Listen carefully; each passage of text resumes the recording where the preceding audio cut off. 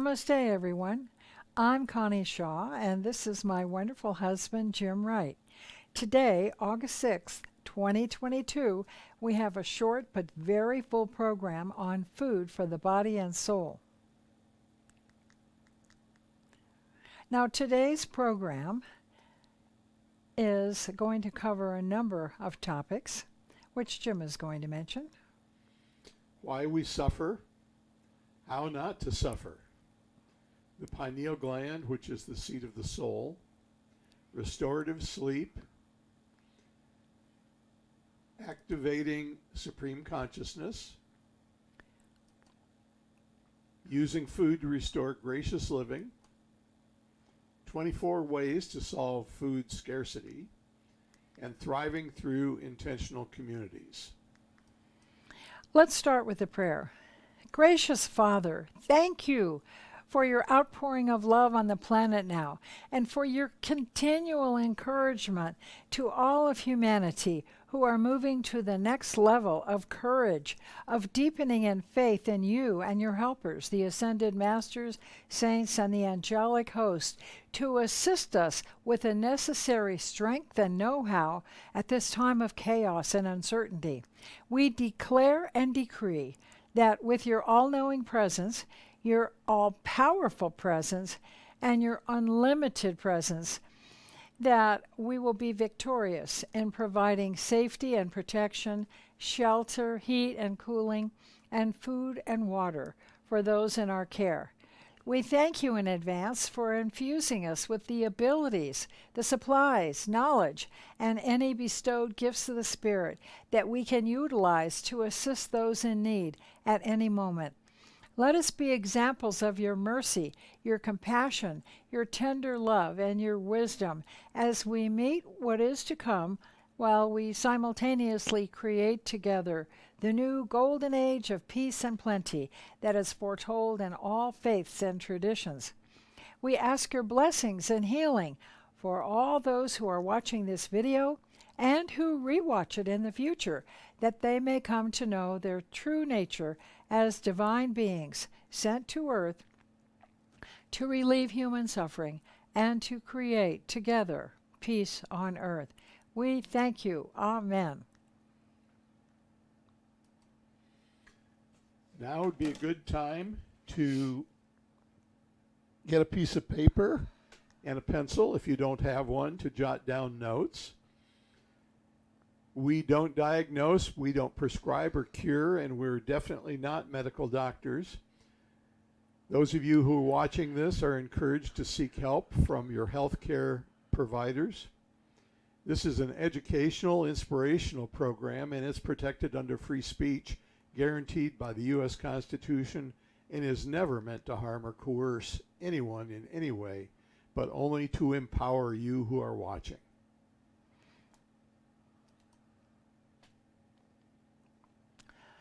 Now, this is a good time for you to take notes on the teaching modules and to be ready to write down your experiences, insights, blessings, and healings during the program. Now we'll watch the Masters of Light slideshow, after which we'll do the induction to quantum gazing by Jim and gazing with both of us, and then we'll further continue on.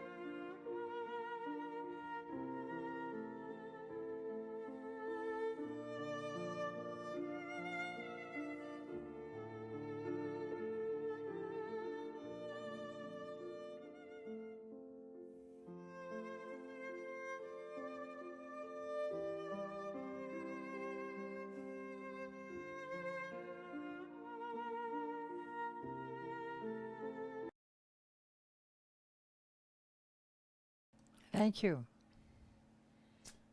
Well, now let's all place our feet flat on the floor and uncross our arms and legs.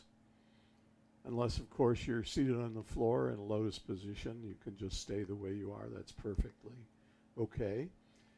And let's place our hands face up, down on our legs in a very receptive position. And remember that we're focusing on the fact that ascension is our purpose while we're doing gazing. Let's make some intentions and purposes and wishes for ourselves and those who are near and dear to us. You can make 3 or 4. They can have to do with anything at all, things that you'd like to come into your lives to improve them or go away from your lives to also improve them. They can have to do with your health and your body, with your emotional state and your emotional sensitivity. They can have to do with your relationships with anyone in your life, your spouse, your children, your parents, your in-laws, people that you work with, friends, neighbors, anyone at all. They can have to do with your spiritual life and your life purpose,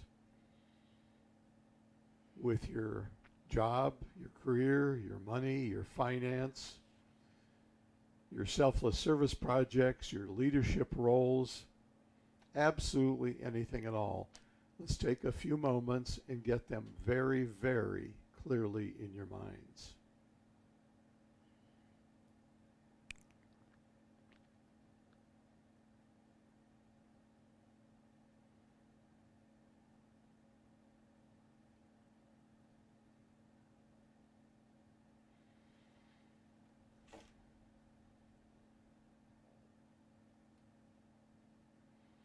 When you're doing gazing, you just look directly at us with a very soft, almost unfocused gaze, with no intention of trying to make anything happen, with no intention to transfer energy or anything like that. It's totally unnecessary. And while you're gazing, allow your minds to become totally empty. Let all of your thoughts drain away, become thoughtless, so to speak. Empty minds. And if you notice during gazing that your thoughts have come back, it's okay. Just let your mind become empty again and go back to gazing with an empty mind. Now each time before we do gazing, we do a breathing exercise with our consciousness and our heart center, which lies right in the center of our chest, right below where you can't see my hand. And we'll do this 3 times. So let's begin right now. Let's breathe in deeply. Raise your shoulders up towards your ears. Now breathe out and imagine your consciousness dropping down into your heart space, right in the center of your chest. And notice at the end of your out breath how it feels to have your consciousness there in your heart, in your spiritual heart. Let's do that once again. Breathe in deeply, shoulders up towards your ears. Consciousness down into your heart center as you breathe out, and notice that feeling in your heart at the end of your out breath when you're connecting with all that is. One last time. Breathe in deeply, shoulders up towards your ears. Breathe out, consciousness down into your heart center. Feeling that feeling that's particularly for you with your consciousness in your heart.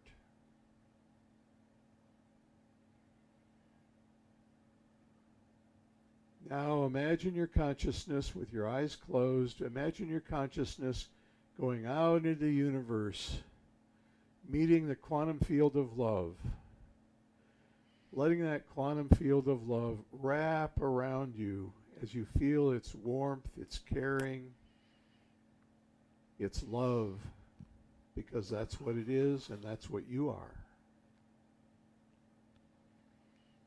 Enjoy that for a moment or two.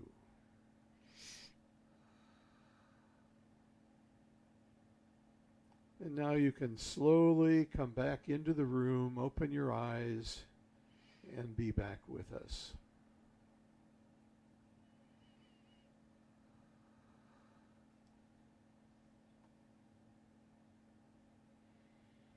And now let's begin gazing.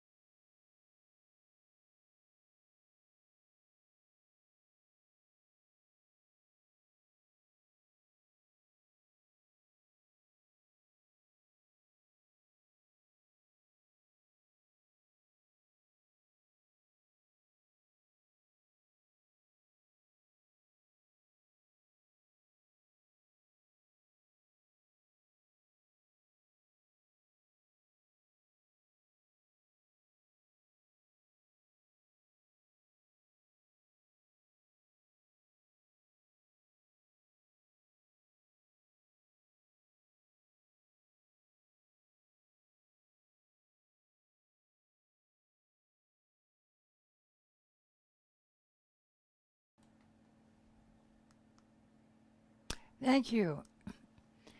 By the way, I would like to clear up a few things for the new viewers.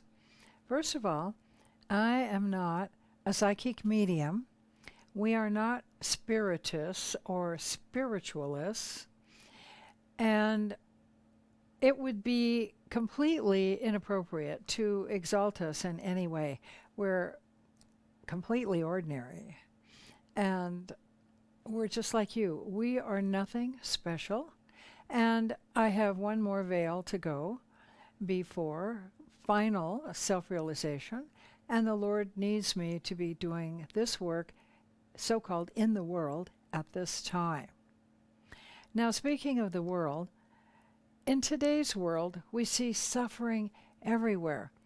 Suffering is caused by confusion and is unnecessary. Unnecessary suffering is caused by a jumping or unsettled mind. The mind remains unable to remain happy as long as it depends upon the impermanent people and things of the world. Now, this is a chart of Satya Sai Baba, and it says, as you can see, the secret of happiness lies within you, not outside. Now, the cure for this confusion and unhappiness is the path to enlightenment called yoga or union. This non-religious, universal teaching helps us to find deep within the mind our true nature, which yoga calls the self with a capital S. It's only when our innate longing to be whole is satisfied in this central goal of human life that we can attain the supreme happiness that transcends pain and suffering. Thus, we suffer due to our ignorance of our divine nature and of how to find it, and then to stay established in God consciousness. Now we're going to show a cover of a book called The Yoga Sutras of Patanjali. There are probably at least 30 different versions or translations of the Yoga Sutras of the great sage Patanjali. Now, according to Patanjali and others, the pineal gland is the seat of the soul. The pineal gland is behind the third eye. As we said, it's the seat of the soul, and it emits light. It connects us to higher realms. We focus on it. It's right in front of the brow chakra, or the third eye in the forehead. It regulates our biological clock. It enhances our well-being, and it helps us to deepen in our spiritual maturity when we become aware of it and stay aware of it. All right, it also releases melatonin and helps us in every possible way to stay balanced, as we said. I'm sorry that I don't know to whom to give credit for this beautiful picture of the pineal gland sitting in the center of the brain behind the third eye. Now then, the cells in the pineal gland are light sensitive and release melatonin as we sleep. As you know, travelers often take melatonin to counteract jet lag or disrupted sleep cycles from passing through other time zones. Since the pineal gland emits an inner light, we can, by concentrating on that light with our eyes closed, eventually see beings such as saints or angels in other dimensions. Focusing this way can connect us to higher worlds and can activate the supreme consciousness within us. This extraordinary mystical gland, with which sages and masters are well acquainted, plays a major role in our inner maturation and, as we said, metaphysical and spiritual development. As you may know, Indian women put a red dot on their brow chakra or third eye after their morning prayers and meditation as a reminder to maintain focus on that spot all day. Your third eye is observing what your physical eyes are seeing and what your mind is thinking. When you focus on it continually, your biological clock will be regulated to promote balance, health, and well-being. Now, when you meditate, you can roll your closed eyes up toward the third eye and then concentrate on it. For restorative sleep, since sleep is such an issue for many people around the world now, you can dim your lights or your lamps 1 hour before bedtime and wear blue light blockers. Jim is going to show you those. Okay, I'll show. Oh, there we are. Okay, they are orange glasses that prevent the annoying and unhealthful blue light that emits from devices from damaging your eyes. Thank you, Jim. Now, you can also, at bedtime, set your phone display to block blue light and turn off devices 1 hour before bedtime and then leave them off. All of these things will help you to have a much more sound sleep. Now we're going to turn our attention to food scarcity and how that can be a blessing in disguise to develop lost graciousness in daily life and to reestablish our sense of community with friends and neighbors. So first, you might start a local food club. You could deal with growers and suppliers. Each member of your club would connect and negotiate for a specific product like fruit, veggies, root crops, etc. You can learn to make, sell, or barter 3 types of bread: sourdough, a flat bread, and maybe something like a banana bread. Oh, and I'd like to say, too, at this point, that the pioneer women that settled the United States in the 17 and 1800s knew how to make a minimum of 12 different types of bread each. Now, most people in our country have never made bread, but that is an opportunity that's open to us now. You could start a seed savers club to get seeds and trade seeds for planting later with organic or heirloom seeds and save all seeds from your organic produce. And you could become adept at making and trading cheese or yogurt or bean sprouts. Here's an example of some seeds. These are, of course, very large seeds, but there are plenty of small seeds that you can save as well. I'd like to say, too, that these photos are courtesy of a 2017 special issue of Mother Earth News on organic gardening, so we thank them for permission. And in fact, here is the issue. And your library probably has a copy, or they can get a copy of the magazines and books that we recommend in most cases. In regard to the 24 ways to solve food scarcity, now, you can freeze extra produce that you buy and you can trade it, and you can learn to can food and make pickles, cultured vegetables, and relishes. Now, this is a wonderful tomato that Jim grew, and actually is one of the smaller ones. He has some gigantic ones that are much larger than softballs and very sweet. There's nothing like an honest tomato rather than a wimpy, anemic, plastic tomato from the grocery store. In regard to water, you can buy a water filter and drink only filtered water. That's very important right now. Become adept at making or trading or selling fudge, taffy, peanut brittle, and cookies. Now, we know that sugar is not good for your teeth and also that it causes cancer. But if you are involved in any kind of a sale or you're at a farmer's market, the items I just mentioned, peanut brittle and fudge and sweet things, go very, very fast. So that is just something that is assured that when you make it, that it will disappear, because people love to buy those things either for their families or to bring as gifts to other people. Now then. So you could make food bags for the homeless, including some water, a piece of fruit, a sandwich, and a cookie. You could share some of your homegrown food with local food banks. You could provide eggs or lettuce or radishes, other vegetables that you might have grown. You can learn to dehydrate vegetables so that they keep longer, and then you can rehydrate to use them. and you can learn to trade your veggies, or you can trade them, and you could trade baked goods. You can trade them for anything, even eggs, for example. All right, now Jim is going to hold up these tongue depressors, and it says onions, radishes, and lettuce. Tongue depressors make wonderful identifiers for plants in your garden or greenhouse or your indoor tubs and containers, as you probably know.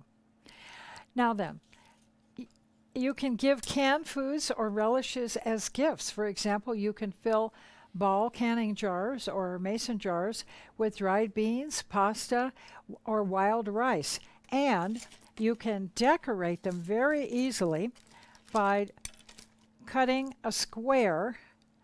Let's put that down for a moment. All right, thank you. And could you hold up the pinking shears? Now, Jim is holding up a pair of pinking shears, and as he opens it, you can see they have serrated edges. Now, pinking shears are very useful in making this particular gift. You can just take a square of fabric or paper and trim the edges with pinking shears, and then you can put a simple rubber band around the top and then put a ribbon on the top of the whole jar. And these are almonds. You know, Edgar Cayce says 3 almonds a day keep cancer away. So this is an example of a lovely gift that you can bring for a house visiting gift when you're going to see someone, or you can bring it to a potluck or give it in a number of situations. Also, in regard to solving food scarcity, you can locate your local honey producers.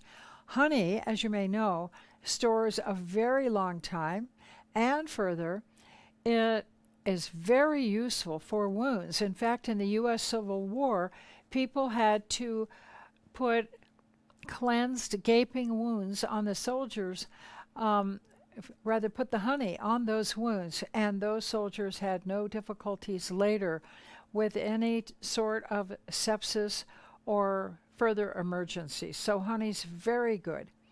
Also, you can grow wheatgrass or juice to sell. You just use clean baking pans that are 2 or 3 inches high on the sides, put clean potting soil in there, and then sow your seeds, and they come up very quickly in a sunny window or a sunny patio door. You can also have a weekly potluck or a monthly potluck and news or networking party, and everyone can bring a dish, a snack, or a beverage for 6 to 8 people. Now, we have learned over the years that you must discourage freeloaders right from the beginning, that we have to insist that everybody bring something to share with everyone else, and we even encourage the men in our meditation group to learn to cook, and they did. And thus everybody, married or single, man or woman, has been bringing over the years potluck dishes that they have made with their own hands. So it's fresh, clean, natural food rather than something that's hastily snatched up from a grocery store on the way. Now then, we're going to talk about the importance of greenhouses, especially in our climate, which is a very cold climate with snow and ice and hail through several months of the year. So greenhouses can help to preserve your plants from high wind, from pests, from unwanted sprays, and from hail that can damage an entire crop, and from various other nasty surprises. This picture is a low hoop style for having salads in the winter, and the next one is referred to as a slant style greenhouse, and you'll notice it's ridged and it has Lexan plastic, and the grooves are for easy rain and snow runoff. The last one is a standalone greenhouse with lots of light from large doors and windows.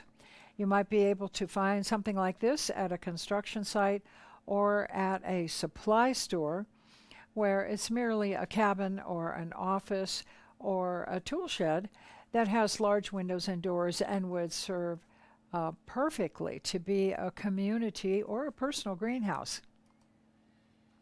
So number 17 is that you could build, buy, or join a community greenhouse. You may want to study heat sources for keeping it warm in the winter, and also definitely air circulation. Air circulation is an exceedingly crucial part of making your greenhouse work properly. Right, and I would say, Jim, as we know, it's important that you have an electrical supply so that you could install 1 or 2 fans if possible.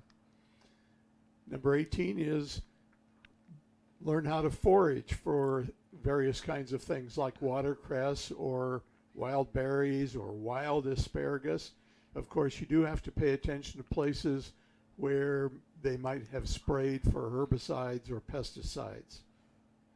Yes, make sure that, oh, pardon me, Jim, make sure that there is no county or city or other sign that says spraying periodically or anything like that. You don't want to be eating poison unawares. You could create a mushroom closet, which is dark and cool and a good place to grow mushrooms, or you could have your mushroom farm under a bed. You can also make, pop, and trade or sell organic popcorn. And then the final chart on 24 ways to address food scarcity indicates, well, that was a Rubbermaid tote that you can use inside near a sunny window or patio door. Now, we're currently in a crisis of lack of baby formula for infants in our country. So women, depending on the age of your infant, you could nurse your baby and then express milk to chill and to store for use later, or you could hire a wet nurse to care for your baby. A wet nurse is someone who has recently had a baby and who may be getting ready to wean the child and put it on the bottle or on juice, milk, and water, and that person might be willing to take your child and to nurse the child so it can have natural milk. Now you can, as we said, grow food in Rubbermaid totes, and you can inside or on a patio, and you can grow herbs on a sunny windowsill and use those herbs in salads and soups and as garnishes. You could also convert a balcony to a greenhouse with plastic sheeting if rules allow for that in your apartment complex or your neighborhood where they might have very strict covenants. Although we have noticed recently that with the many changes in the past 2.5 years, many covenants are going by the wayside, and some communities are allowing the growing of chickens or the raising of ducks for the eggs, and they have loosened their regulations considerably. Now then, Mother Mary has told me many times that during the earth changes and afterwards, that's now, that most people on earth would be living eventually in intentional communities. This means that they will have a similar vision of how they are to live and conduct themselves together, and you might say the rules and regulations of their community. They will have circular leadership structures, more like a Native American tribe. And these leadership structures are inclusive of the contributions of all the members, including children and elders and handicapped people. And as we said, they're more like a Native American talking circle rather than the previously male-dominated pyramid structures of corporations in urban centers. So this will be much, much different around the world. The new communities will build their own structures, that is their houses, their barns, their wells, their greenhouses, their sheds, and their large gathering structures. And they'll grow their own food, educate their very precocious children, and exchange successful ideas and inventions with other communities in the area, in the state or region, or even across the world. The majority of people will be self-realized, and there will be little need for many complicated laws, since people will instinctively stay in connection with the inner divine and will honor and serve that divine self in all other beings. Now, Jim is going to...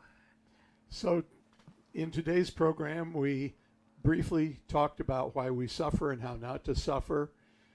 We talked about the pineal gland, the seat of the soul, and restorative sleep. We talked about activating supreme consciousness, using food to restore gracious living. And we also talked about 24 ways to solve food scarcity and thriving through intentional communities.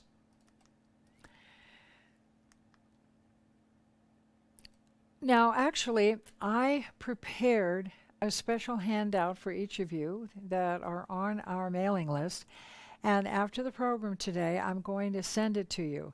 And it's called 24 Ways to Solve Food Scarcity. So you'll be getting that sometime today. And I hope you enjoy trying out the ideas as much as we have enjoyed creating them for you.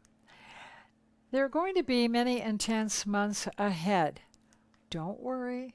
Don't be scared. Be prepared.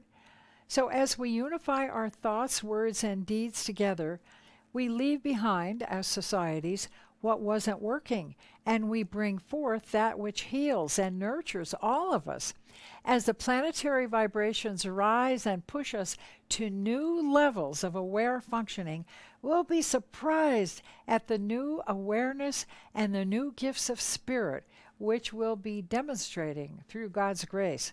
It's truly an extraordinary time to be here and to fulfill our unique contributions to humanity and to the earth, as we pledged to do just before we incarnated into these bodies. Many diseases will disappear. Crime and brutality will eventually be a thing of the past.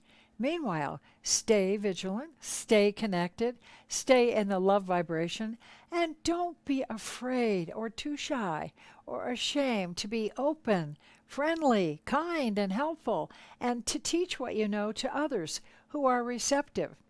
Now, about receptivity, remember, if there's no asking, there's no listening. That means that this is a process of attraction, not of promotion or proselytizing. Each person is on their own perfect path, and it is not our business. Everyone has a higher power, and it's not you or me, thankfully. There will continue to be challenges and problems as long as we inhabit these bodies. But when you know how to suffer, you don't suffer. You just transcend what is happening.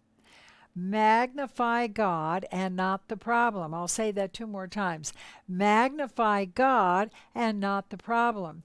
Magnify God and not the problem, and you'll see that it actually wasn't a problem and that we really don't have any problems. Finally, you are love extended. You are life. Live it. You are joy. Give it. Thank you for blessing our lives. As we sign off now, it's a good time for you to make quick notes as to your insights or experiences with the Lord and the Masters, and to share those with us if you wish. You may now meditate for as long as you wish. And we say again, farewell and God bless you.